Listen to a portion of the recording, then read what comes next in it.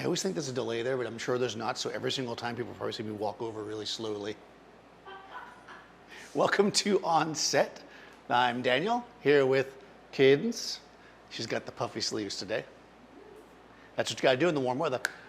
It has been very hot here in New York. It looks like the rest of the country as well, based on what I'm seeing here in the chat. Let me know how my sound is or is not. Let me just look at my audio. Blah, blah, blah.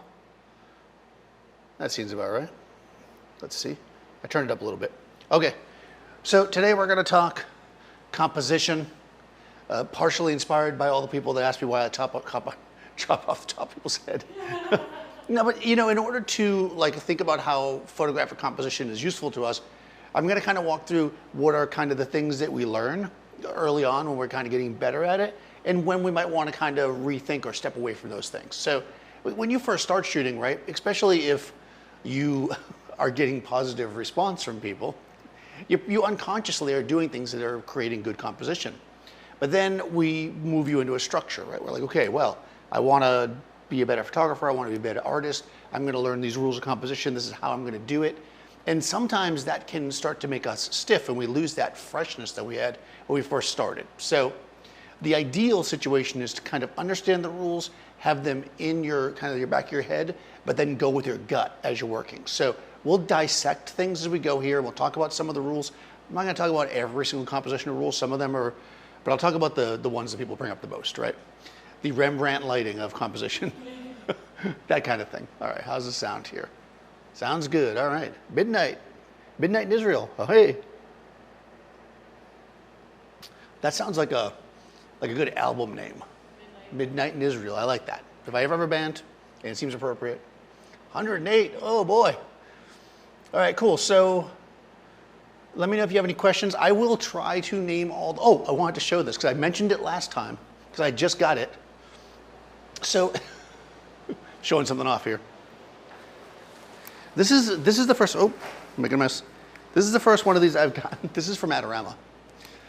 Enter commercial. This is what's it say? Parasnap.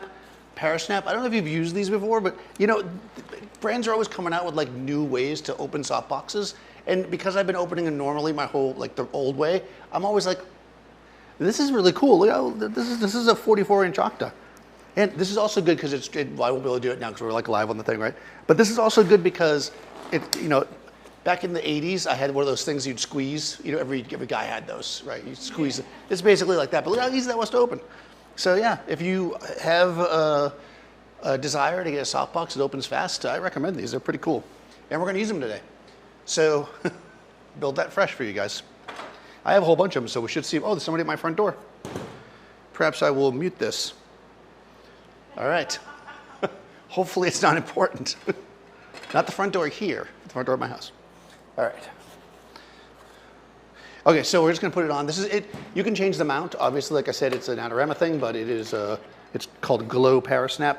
But it comes with the Bowens mount, Bowens style mount, I should say. I don't know if Bowens is still in business anymore, but Bowens style mount, as I say it. And then you can swap it to whatever you got. And I happen to have Profoto, so that's what we're gonna use today. This is a Profoto B10, which is a 250 watt-second light, battery powered.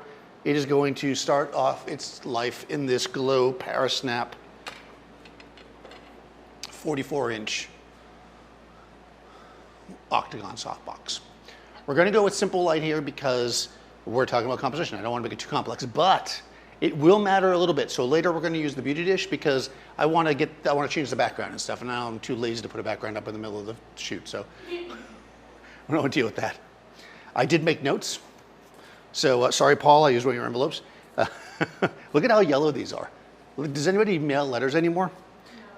Right. So, sorry, France. All right, cool. So speaking of France, weirdly that I'll bring this up because I know that he is French. I've just started watching on YouTube a new chef, Jacques Pepin. I had never heard of him. Apparently, he was very famous. He's an older gentleman now. Really good videos. They're short, simple, and he's a French guy. So, I mean, maybe you know who it is. I don't know. You're probably like, just because everybody in France doesn't know each other. Okay. So I'm using a Nikon Z6. It is fitted with a 24-120 lens. I'm going to just use the TTL to get my exposure, but before I do that, I will do what we always do, Pinky, and I'm going to get a black frame. We want to know that all the light in the space is ours, that we're controlling it, I should say. So what we're going to do is we're going to set our camera so that none of the light in the space affects our shot, right? I know I do it every time, but that's how you do it, right? So we're going to set our camera at its lowest aperture. No, I said that wrong. See? Lowest ISO within the normal range. Then we're going to set it at the fastest shutter speed for flash within its normal range. So in this camera, 100 ISO, 200th of a second for the flash. It can go to 250, but with some flashes I've found it doesn't always. So 200 is good for this camera.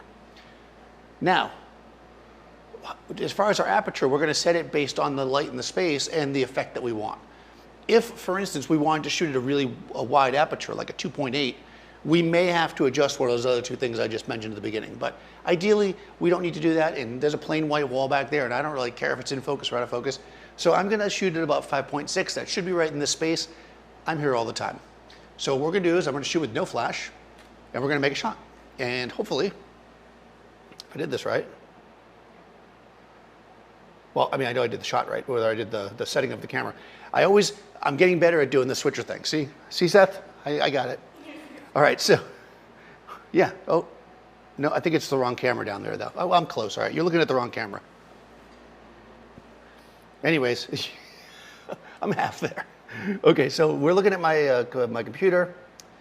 I'm going to take a look over here. You can see that the exposure is very dark. Obviously, we can see it up there. If you want to be extra sure, we want to be a couple stops underexposed ideally.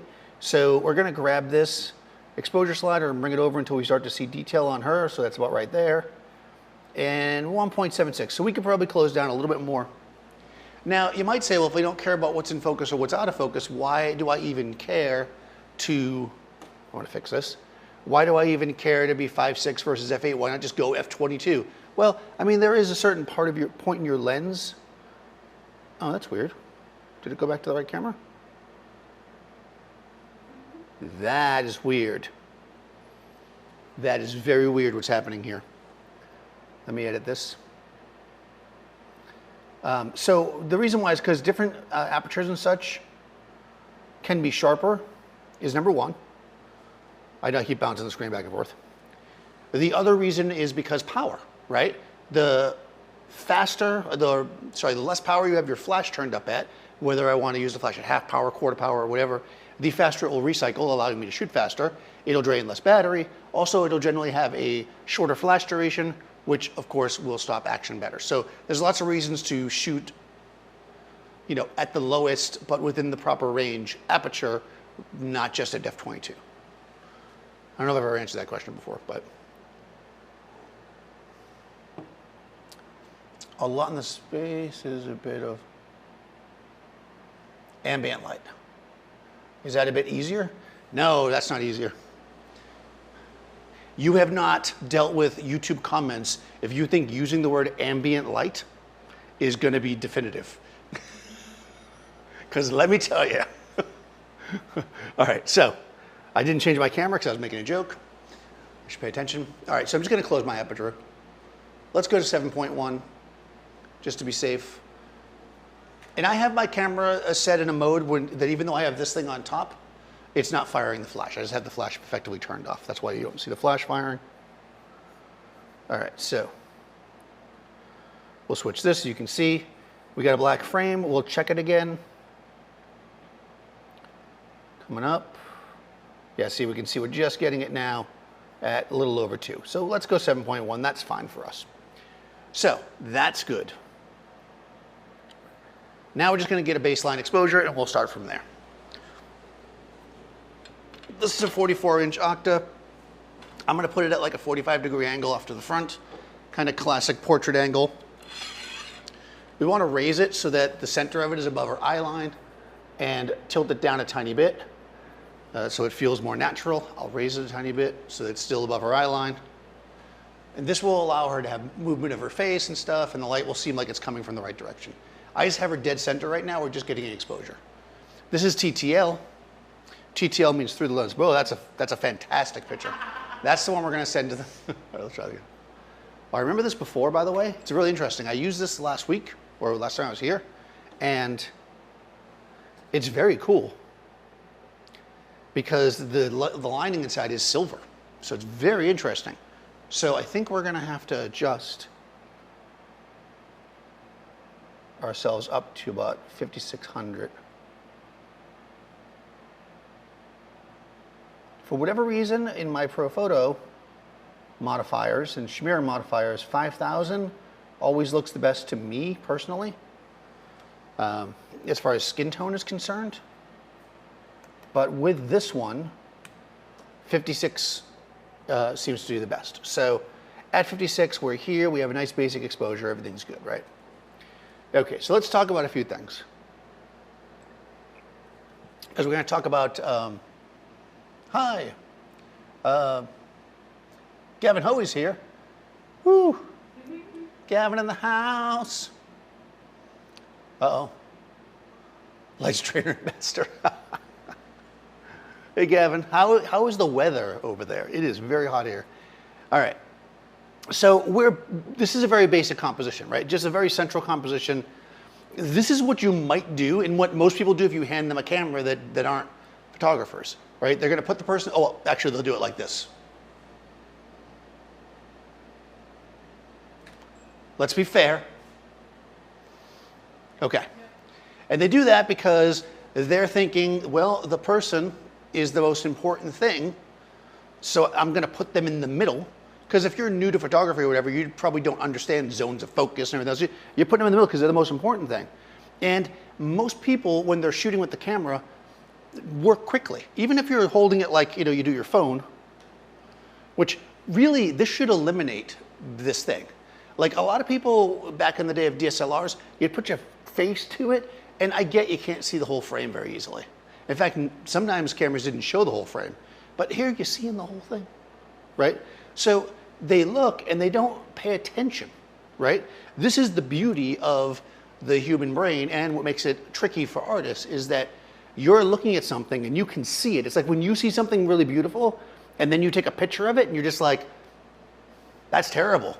Right? Because your brain can get rid of all the junk that's in the background, all the imperfections, all the stuff. You're seeing that flower. You're not seeing the piece of garbage next to it. That's how your brain works. But as photographers, we have to think and see the whole frame, right? So we can see that by putting her in the center, and by the way, this is perfectly reasonable for some, we're going to talk about this, for some things. Putting her dead center with lots of space around her is kind of a waste, right? The whole thing's kind of flat. It's not very interesting. So you start off doing this, and you're the first person in your family to like do this, right? And boom, you're a genius, right? Right here, you're a genius, right? What? Oh, she's not in the middle. What is this? And honestly, it is better, right? Why is it better, right? And even this, you like the little framing with the box, right? I did that on purpose, right? This is better because it's using some of the fundamental rules of composition, right? Which are the one that everybody knows and can recite up and down and talks about all the time, even though do they really know what it is the rule of thirds, right? It's moving her into one of the quadrants. So I'm gonna explain it because just in case people don't understand it, in fact, you can actually bring up a rule of thirds thing on Capture One. Okay, you can see this, right? Yep, it shows up. Okay, so when you are using the rule of thirds, basically you're breaking your I was gonna say screen, but I guess screen, into 9 quadrants. Basically thirds. And generally you want to put your subject, at one of the intersecting points. So it could be there, which is where I put her, which was the easiest thing to do. It could have been any of them. And in theory, that should make for a better composition. And you can see here that it pretty much did, right off the bat. So what does that mean? That you shouldn't even be watching this, so we should just say use the rule of thirds, it always works. Well, I mean, it's a good, quick way to make something just a little bit better, right? There's lots of little things that can just help us.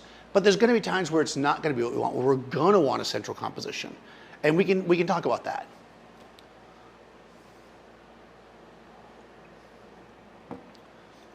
Oh yes, please do, thanks Micah. Please do like the video and subscribe to the channel if you haven't already. It always amazes me how many people are here for this for the very first time they've ever been at Adorama. If you are here for the first time, welcome. I promise it gets better. No, I'm just kidding. No, yeah, subscribe to the channel, do all that goodness. Lots of great content here. Okay, so let's knock into this. So I got my notes here. Oh, rule of thirds. I'm on point here. Okay, so the other thing we want to think about when we're doing composition, and Capture One's not going to give us tools to do this, but things like leading lines, which basically means stuff going into the frame, will help us compose our image better. And we'll talk about that a little bit as we go. I'm not going to get super into that. And using more triangular shapes. Those are kind of like your more advanced things. The very first thing, stick them in one of the rule of thirds spots. You're good, right? But all right, so let's talk about this and let's get a better image. So I'm gonna move this light so that it's not gonna be in my shot all the time. One of the ways to do that is just zoom in. Okay, so I've zoomed in now, and we're gonna take the same image, but now we're tighter, right? So again, she's a little off from the rule. I just zoomed in, I didn't do anything special. She's a little off, but not terrible. She's a little bit off center. But the other thing we're noticing here is this is distracting in the background, right? Because what we're doing here is we're creating an imbalance in the shot. When you're shooting and there's a background, you need to think about balance. This is a skinny little thing off to the side. Cadence is taking up 2/3 of the image. It's just an extra thing in the frame, right? Removing that or balancing, her with something else that's also of equal weight in the shot can work. It doesn't have to be exactly the same size, but it needs to have the equal weight as far as the viewer's attention, right? So it could be something in the background. This is where we want to think about balance. Sometimes it's fun to unbalance an image because you're trying to showcase something, right? And again, we'll talk about that in a second as well.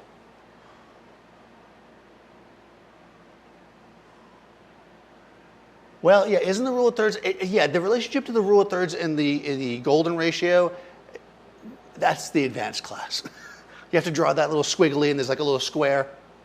The thing about the golden ratio is it doesn't exactly work the way the rule of thirds does, but it is similar. And honestly, you will find YouTube videos telling you to use the golden ratio in photos. I think it's a much better served thing for illustration, but that's a whole other conversation. All right, so let's start messing with our general concept. Now you notice here, zooming in, and I know I just didn't change anything, so I chopped off the top of her head. Let's leave the top of her head in for right now, because I know you guys like. All right, so there's a couple ways we can do this. I'm just going to come in and we're going to start doing some corrections. I'm going to put her back in the middle again.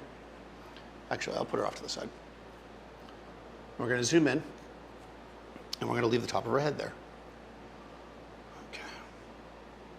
I will put her in one of the third spots though. Oh, all right, I'm going to have to move this light. I'm not used to using such big lights. You know what? I'll move it closer to you. There we go.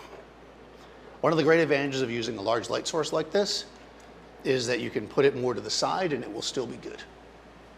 That should be good. I'm in TTL, so it's going to be fine exposure-wise. Come in, let's take a shot. Put her back in here.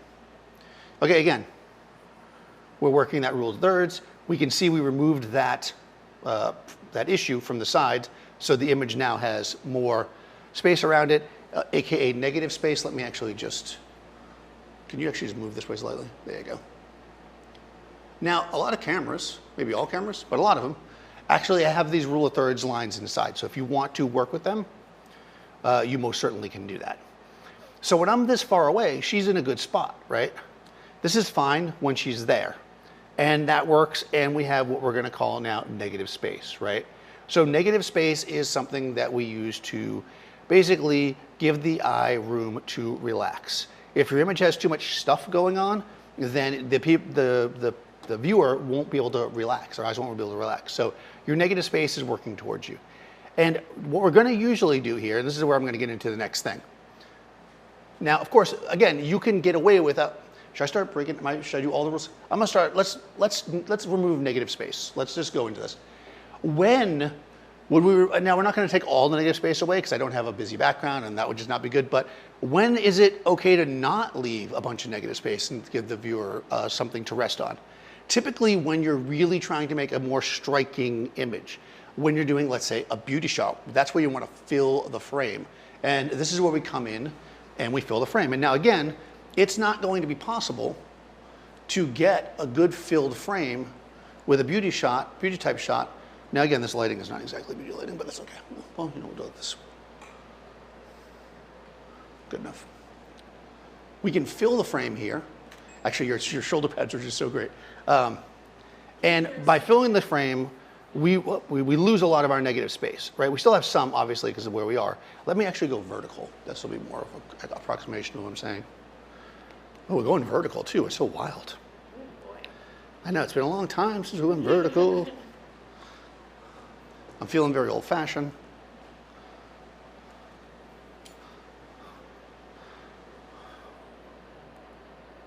Ooh, okay. Good. All right. Here we can come in and we can really fill the exposure. It's a little dark, but we can come in and fill the frame, and we're going to lose a little bit of the negative space. But again, this is not ideal, partially because of the way it's lit. And I think this is where it comes in. You can't just go, I don't need negative space, I'm doing more of a tight shot, it's going to be wonderful. You need to have a reason why you're removing that negative space, right? So, and that reason, to me, would be light and drama. Because we'll create kind of what I'm going to call a virtual negative space on the person by using shadow. Aha. That's okay. Fashionably late, as we say. So I'm going to do a thing. Let's stick with this being in real close for this more kind of beauty style shot. This kind of virtual negative space I'm talking about with shadow is going to be hard to make with this light because of the nature of the light, which is why when we shoot more dramatic beauty type shots, we usually use a smaller light source. It gives us a little more control. But since I'm too lazy to change that right now, I'm going to kind of show you a couple things we can do. The first thing I'm just going to do is just a physical thing.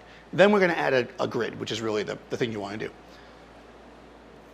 Number one, if the light is wrapping around her, you know, filling in that side and I want shadow, the best thing for me to do is just to move and effectively make the light source. Now, when I say smaller, not smaller in the sense that, that it's harder, but smaller in the sense that less of it is going to see the other side of her face.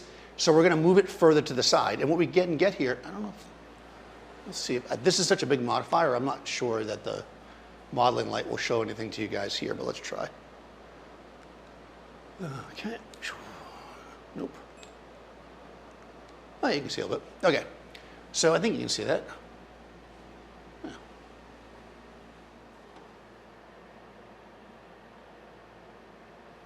There you go. All right. See, I used it. Every time I set that camera up, I'm like, I never use this camera. There we go. All right, I'm going to tilt it down a little bit, again, because I want that tilt. And what I'm going to do is I want to make it so that less of that side of her face will see this light. And we're going to do that just by turning it away and having a lot of it be behind her. Then we should be able to get a nice shadow on that side of her face. Again, it's not going to be the same as having, let's say, a beauty dish. I'm going to try to fill out the whole frame with your face if I can here. Oh, let me zoom in. Huh. Long lens. There we go. All right, so here we go. This way a little bit, right there. Okay, here we go. Boom, we are center composition, more or less. We are tight. We're filling the frame. We're eliminating most of the actual negative space in the shot. This is not terrible, but it's a little bit too, if you just have raise your chin a tiny bit, yeah, a little less. This is me being lazy again. Okay. Let me switch to the camera so you guys can see. Okay, so we can see we have eliminated the strong negative space because we want this beauty shot. But again, if we just leave it plain, it just becomes a real close shot of somebody's face, right? But when we start to add shadow here, we're effectively creating a new type of negative space. It's not negative space in the sense that we generally think, which is space around our subject. It's space inside of the subject in a sense. Huh. You spend a fortune on Adorama, you get awesome.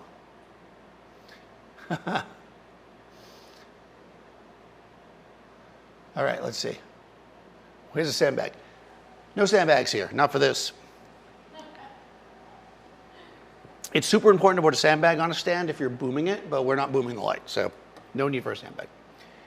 All right, so again, we're cheating a little bit here by saying I'm breaking the rule because I'm still using negative space, right?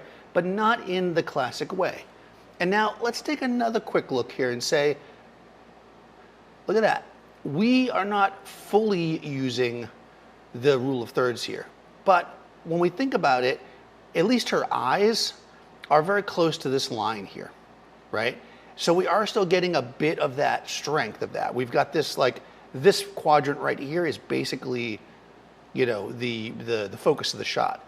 So you are getting a little bit of that, but it's not, again, you don't have to be right on the thing. You can just kind of think about how you use it and what frames the shot up the best for you. Now, of course, if the background was darker, I was using a smaller modifier, I could get into a slightly different position and frame her up exactly rule of thirds, but it's just not gonna fly here. So I have to do what works best, because that would require me, well, I'll do it for you. Just because I like you guys, I'll do it. I think you can actually, let me see, I'm gonna try to do it on the camera so I can really line it up. Seth would know how to do this. He uses all the fun stuff. It's like an overlay.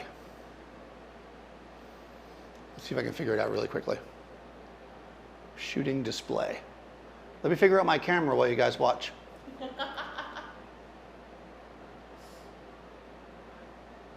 Apply settings. Framing grid display. There we go. Boom. All right, I think I did it. Oh, there it is. All right, well, it's not exactly rule of thirds thing, but I can make it work. All right. So I'm going to frame this up so that her eyes, I should say, are exactly in the right spot for a rule of thirds. I'll go this way a little bit. That should be right. There you go, a little taller. Okay, good. Here we go.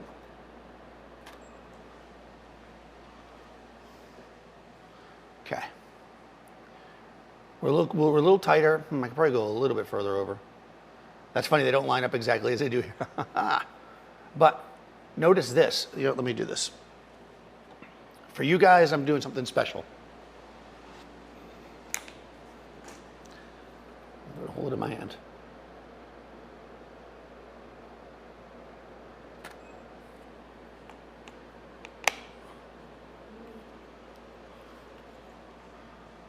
There we go, right? See? That's, now I'm going to drop my camera on the ground. Stand by while I drop the camera. Okay, so here we're framing up even more to the side, creating, again, I'm a little bit high, because again, if I move the line up to where her eye is, what will happen is that there'll just be too much of her head. Let me just show you what that looks like.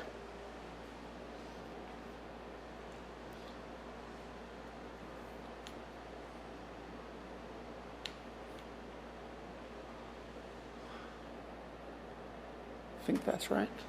The lines do not line up, as I said. There we go. Okay, so here we are you're doing two things that you guys love. Using the rule of thirds, showing the top of her head. Also showing some negative space. I think it's pretty obvious, but perhaps you think differently, that the shot on the left is a stronger shot, right? Why is it a stronger shot? It has impact, and that impact is slightly breaking the rules. It's not showing a lot of negative space. It's not using the rule of thirds exactly, but it's tweaking it, you know?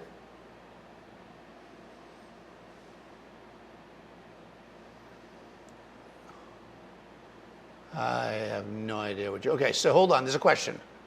I'm just trying to follow straight. With that big of a softbox, can you put a strip or of a flag, or use one side as a key light and then the other as a hair light? Oh, that feels like a lot.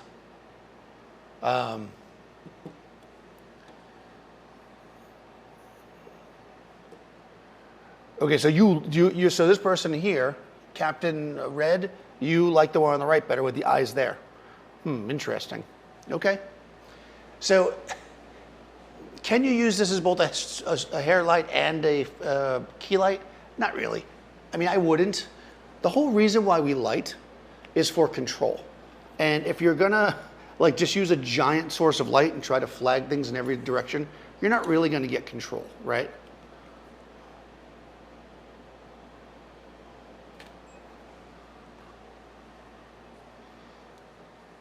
Okay. All right, so here, because I pressed the button on my camera, but I was also saying, we're going to start talking about cutting off parts of people. I know that this is a very contentious conversation for, for the people that watch YouTube videos, but we've got to get past the idea that they put out in that book in 1975 that you can't cut off people at joints and that this can't be cut off here. That is no longer a thing. Erase that from your memory.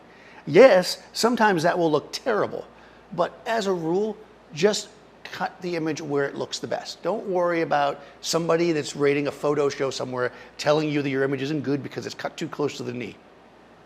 I could show you 100 famous photos that would blow you away that are all cut at the wrong spot. So that is a rule you can just toss. And we're gonna start playing around with chopping up somebody because I like the idea of using extreme composition, and that we're gonna do it. This is actually, Seth loves this. So if Seth, you're watching, get ready. He's gonna tell me I'm not doing it very good, but we're gonna do it. All right. So we can, oops, I don't wanna do that. Let me reset my little focus jobber, okay? All right, we can, I'll even do it vertically, which is how he does it.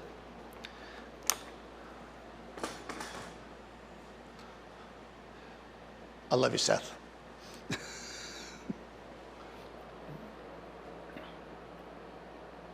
Good. I'm pretty sure I'm doing it backwards, but that's okay. So the idea of cutting somebody in half, right, is 100% bad, like and by the book, right? We don't want to cut people in half, and this is wrong in so many ways because we're not showing both eyes, right, which people hate. She's not rule of thirds centered, but at the same time, this kind of a portrait can create a really compelling shot. I'm probably going to cut even more of you off. I'm so not used to being off a tripod. When we're making a portrait, we want to frame the portrait around the subject. What works for them, the shape of them, their eyes, their hair, their clothing, their body type, depending on what you're doing. And I'm not showing you any pictures right now. All right, forget that happened. Let's go back. All right, first one where I said, this is not exactly following, right now everybody's getting the chat going because it's about a minute behind. So everybody's in the chat now telling me I'm not on thing. All right, so right here, this is how I like it better. You may like the second one better. Here we've got a shot that showcases just the one eye, right? Again, we're cutting off the eye in a weird place. Her eye's not at the rule of thirds spot, all the stuff, but we have other things that work. We have these swooping lines. We've got this pattern down here. We have this negative space. We have balance, right? All this works really well. But if you want to go more extreme, which is maybe a more classical way to do this, we can cut her dead center, right? This creates a really interesting symmetrical shot, right? We can start to match her face up like this is exactly half of her face. So what would it look like if we copied this and flipped it the other way, right? You can kind of imagine there's things we could do here to create something really interesting, like in our head, right? That we would imagine as we were doing it.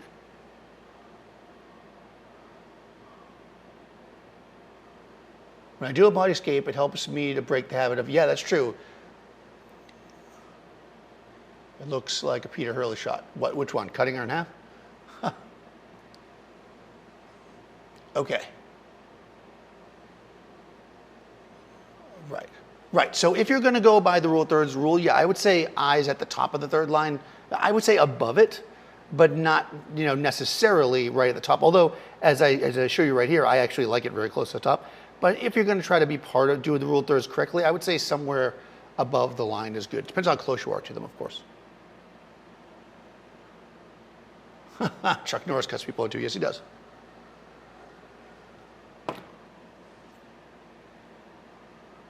Yes, it's not displayed. Okay, yep. They're catching up. Okay, we'll stand here till you catch up. No, I'm just kidding. Okay, so I got the, let's talk about room to breathe. This is another big one that I think a lot of people break the wrong way. So I'm going to, like not intentionally. So let's talk about what I call room to breathe. There's probably another room for it. It's basically a version of negative space. And that is when somebody is not looking directly at the camera, they're looking off camera, they generally need a place to be looking.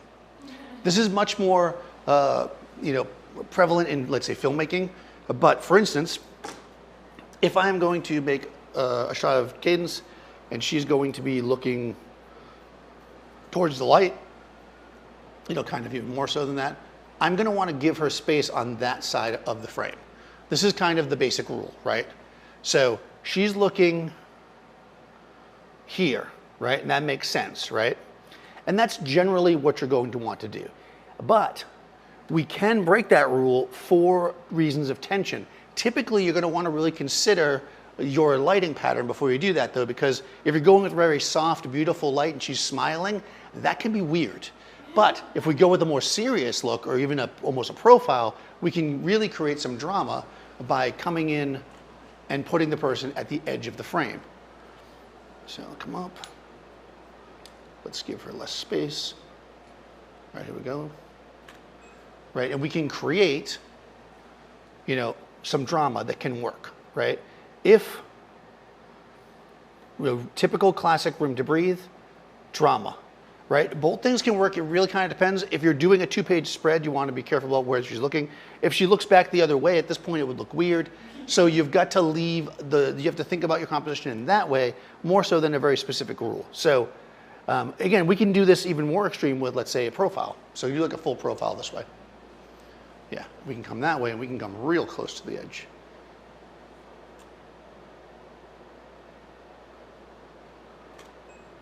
Right, and this can really create drama because we're pushing, right? We're pushing that edge at this point. And you could even, especially with a dark background, this might be great because she has dark hair. Actually, let's do that. At this point, we're going to switch to a dark background. Again, there's 2 ways we can do this. I'm trying to go the simple way because, Daniel likes to take it easy. It's a hot day. But just also to show you the versatility of using one light. I'm going to put the grid on too, which I meant to do earlier. So the grid's going to allow us some more control. What a grid does is it reduces the spread of your light, okay? It does not focus the light, because a focused light focusing a light increases its intensity or its brightness. A grid does not do that. What a grid does is it narrows the spread, and it does it in a very kind of almost vignette-y way, which is very nice, as opposed to just like throwing like a snoot on there or something, or barn doors. So a grid's a very popular thing. They've become very affordable these days. The one for this box is very inexpensive.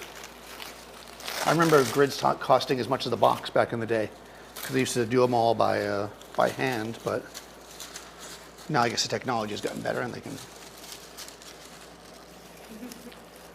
Yeah, it's like you'd be like, oh, $300 for a softbox. Well, it's expensive, but it's worth it. How much is the grid? $375? What? But now the grids are not like that. Okay, so we're going to do 2 things. We're going to use a grid, which is going to narrow the spread. The other thing we're going to do is, because I want the wall to be darker, I'm going to just move the light to the other side. Now, again, this might not be perfect for us because we're going to start getting light on the cheek side of her, which isn't ideal. So I'm going to we're going to do it 2 ways. I'm going to do it this way first, just simply moving it. Then I'm going to show you another way to do it, because I'm all about showing multiple ways today. Today is the day we show multiple ways to do things. Give them options. Yeah, so because we're doing a straight up profile at this point, I'm not going to tilt my light anymore. That's number 1. I'm going to go flat with it. Mostly just because I think it looks better. We still want the center of the box roughly above eye level, and we'll start here. So I'm going to basically put the box, a little more in front of her than behind her. And we're going to do, oh, okay. All right, so now we're actually doing it the right way, because she's kind of stood back because she fears the box, which is probably pretty smart. Cadence has been around long enough. So this is kind of, I'm going to do this because it looks good. Because, hey, sometimes you got to follow the rules. Yeah. All right. Right, so here she is with room to breathe, right? This right here could be dreamy, looking off into, her bright future here in New York. Whereas if we we can add tension by, I was going to show you 2 ways to get the background dark, but it worked the first time, so you're just getting 1 way today, because we didn't need to do it. If we do the same shot, but instead of that, I have Cadence take, profile again, but then just go like a step closer to the box. There you go. again, now we can add this tension. And again, you want to convey that to your subject. Now it's a dark future. You know, and now it's more. She's still going for it, right? And we're creating something that has a little bit more tension. Here it's a little more open. She's got space to look. Both of them have negative space, but here we're pushing her right up against the wall. Now, this is not the kind of place where you want to cut off part of somebody's head. As far as the front of them, don't cut off their nose or something. I'd say that's probably still a pretty good rule.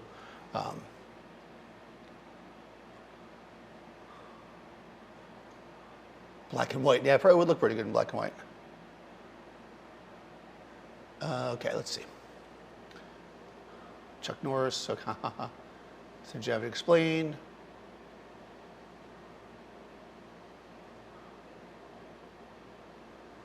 Okay, so this is really interesting to me. This is a good question. Partially because I've never had it happen to me, so I find it to be very interesting, and I wonder if it actually does happen, but let's just say that it does, or I don't know if you're asking because you think it might happen, is if a client asks you, if they're like, oh wow, that's really close, you cut off the top of my head.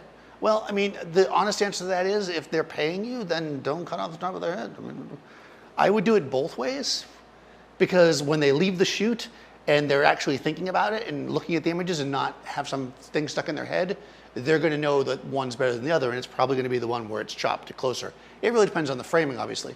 Now, so this goes back to my time as a young lad. My first job, I worked for this wedding photographer who'd been doing it forever, and every bride would come in with all the latest things that they read from the bridal magazines that they wanted him to do, and he never did most of those things. Because he did what he knew was right, because he was the expert. You're the expert. You have a client in front of you, you have to tell them this is good if you really truly believe it. If you like having the top of their head in the shot, then I mean, go for it. But again, okay, so here's a situation where you would do that. If I was further back,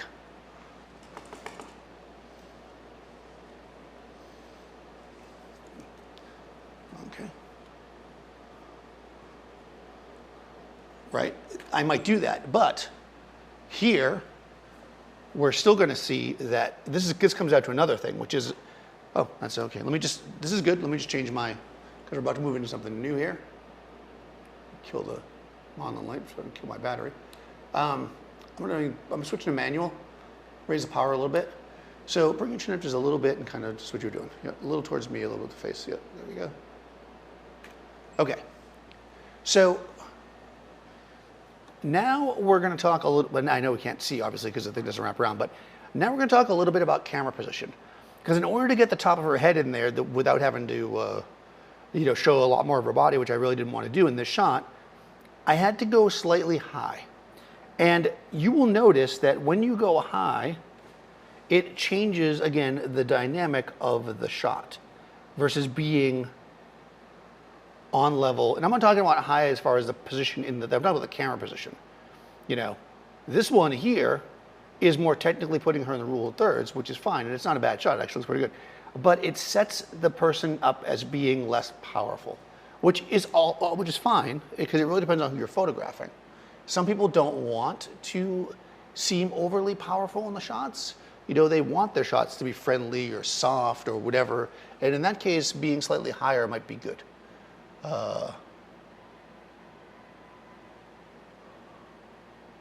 You've had movie actors ask you that. Really? I've never in my life had somebody ask me why I compose a shot a certain way. Huh. I don't know. I've never ever in my life had someone ask that. That's very interesting. So there you go. I feel like that's a situation of the client thinking they know something they don't. So, and again, it comes down to education. You know, you talk to them. But whatever, if they like the top of their head in the shot, then leave it in. They're paying you. Okay, so here, again, we're slightly above her. This is creating a softer, kind of gentler image. I'm leaving space above her head, of course, because that was why I did this. But we can go even more extreme with this, right? We can take a chair, let's say, because I'm too short to have you stand into this. I'm going to have you see it. If we ever sit. Now, it's very important. This is my opinion here. Let me have an opinion piece.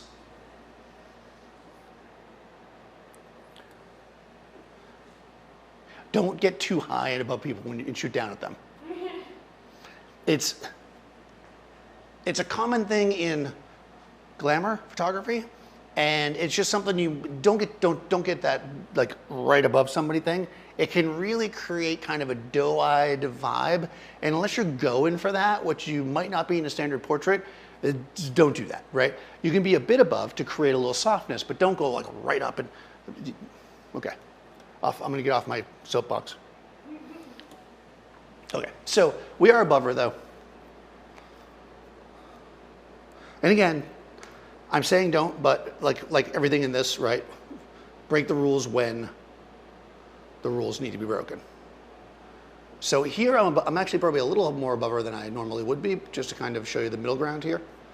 And we're gonna frame it up in a way that's soft. The light is actually coming, you see, you are, you're good, I'm gonna move it. I wanna move my light a little more forward because I don't want it to be too shadowy, because again, shadowy and looking down at somebody creates a whole other vibe. And we're gonna come back in again. I'm actually in manual, so that might be overexposed. No, it's fine. So again, I am above her, I'm not super high above her. It's a little too dark. I'm gonna give myself a little extra power. Yeah, okay.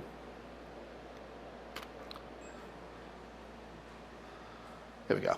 All right.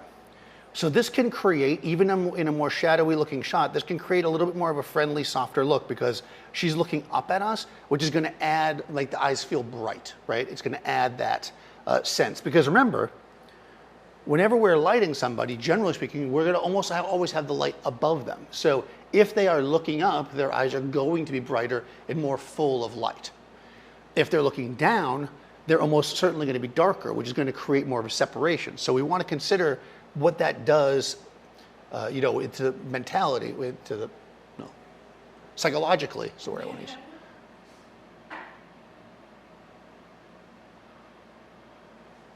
What happened?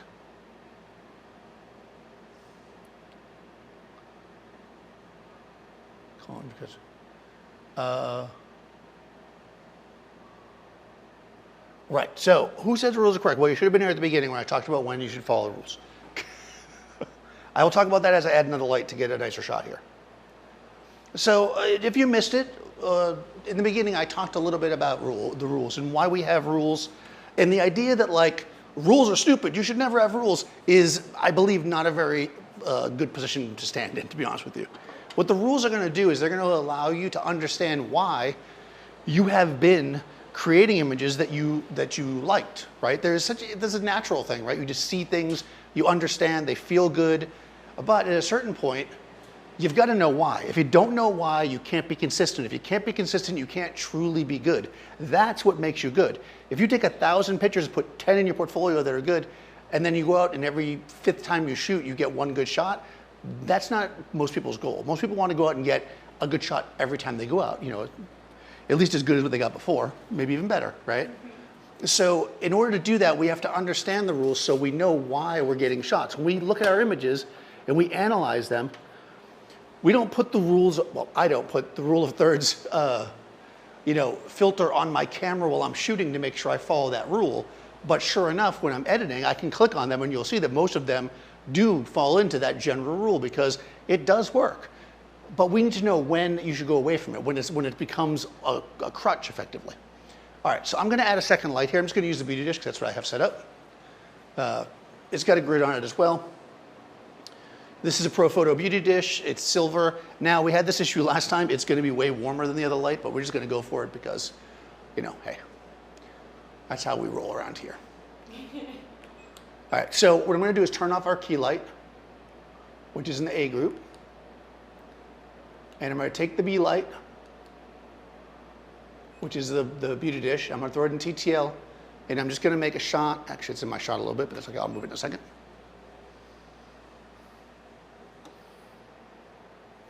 Okay, all I'm really doing here is establishing a base exposure, which is way too dark, as you can probably see. But this is just a quick way to do it. Obviously, you could use a light meter as well, but this just gets me where I need to go pretty quickly.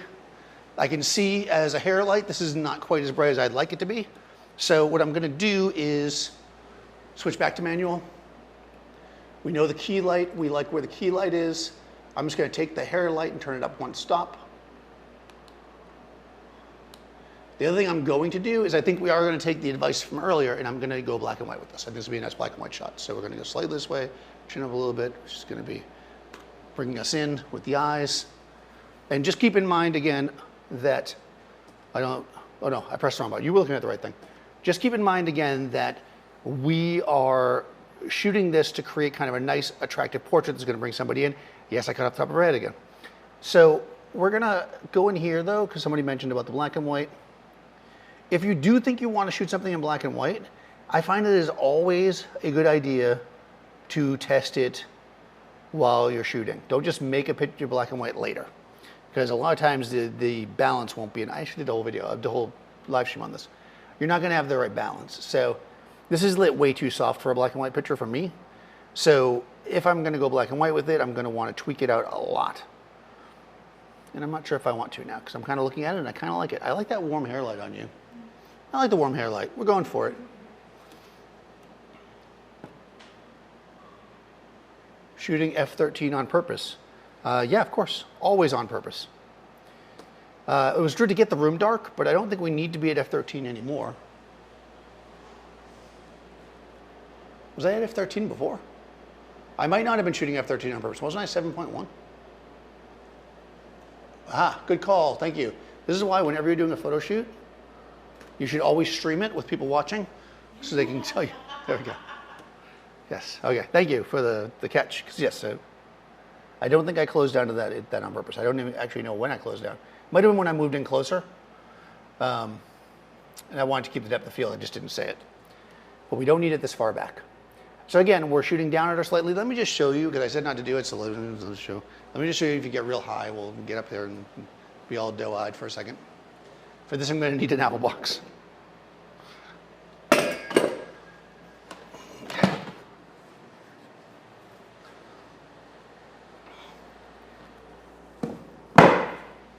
What are you looking at? Okay. All right. Well, no, I don't mean that. I meant, are you looking at the screen, or are you looking? That came out in a really weird way. No, I meant, what are you looking at the yeah. Okay. All right.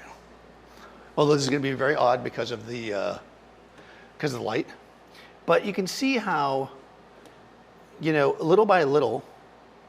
Nope, did that wrong. We can see, actually, I think, weirdly, the f13 one is better. We can see how she begins to lose something, lose the power, right? Because here, she's definitively equal, right? If not a little bit above me. Here, I'm looking at it a little bit, it's a little more softer, a little more gentle. At this point, I'm shooting down at her, right? Which says something, and you want to definitely keep that in mind. You might have heard that it's good when people put, now, this is the selfie thing, right? We get this because when people make selfies, they go like this. And they do that because it stretches the neck out and everything else. They don't know that, but that's why they do it. And you might get clients who want to go like this because that's what they've been doing for selfies, but they lose a lot there. And you really want to give people power when you're making a photo of them, a portrait of them. At the very least, not take it away. Just join the chat. Hey, welcome.